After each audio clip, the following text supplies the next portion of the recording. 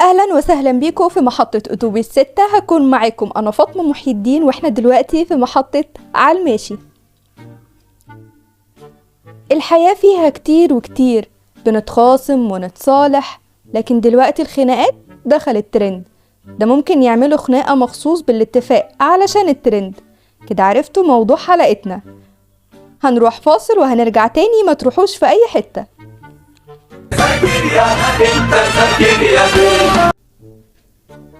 ورجعنا لكم تاني بعد الفاصل مستمعين راديو محطة اتوبيس 6، ولسه مكملة معاكم انا فاطمة محي الدين، واحنا دلوقتي في محطة عالماشي.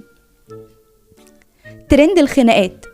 الاول كان ممكن نتخانق ونتصالح لا صوت ولا حس، لكن دلوقتي لو ما كانش ترند ودخلنا الناس كلها وكمان خضنا في اعراض بعض ملأ، يبقى اكيد كده في حاجة غلط.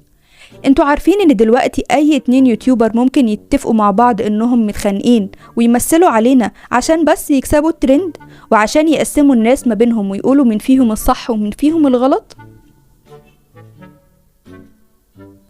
المصيبة هنا ان كل واحد دخل بيت التاني وعرف كل حاجة عنه بيطلع يقولها، ويبدأوا يخوضوا في اعراض بعض، وهاتك يا شتايم وحاجة استغفر الله العظيم.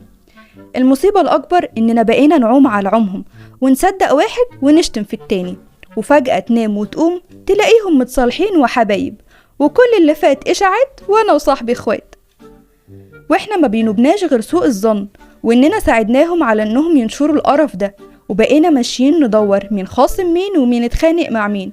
بقينا ماشيين ورا شوية قطيع بيدوروا على الترند، ونسينا أخلاقنا وديننا. خد مني الخلاصة كده على الماشي، الناس دي احنا اللي عملنا لهم قيمة من غير ما نفكر هم صح ولا غلط. بلاش تكون تابع لحد، بلاش تكون مشترك في ذنب كبير زي ده، بلاش تنسى ربنا وتحكم انت بين الناس، يا تقول الخير يا تسكت. وبكده تكون خلصت حلقتنا النهاردة. كنت معاكم أنا فاطمة محي الدين من محطة أتوبيس 6. استنونا في حلقة جديدة من برنامجكم عالماشي.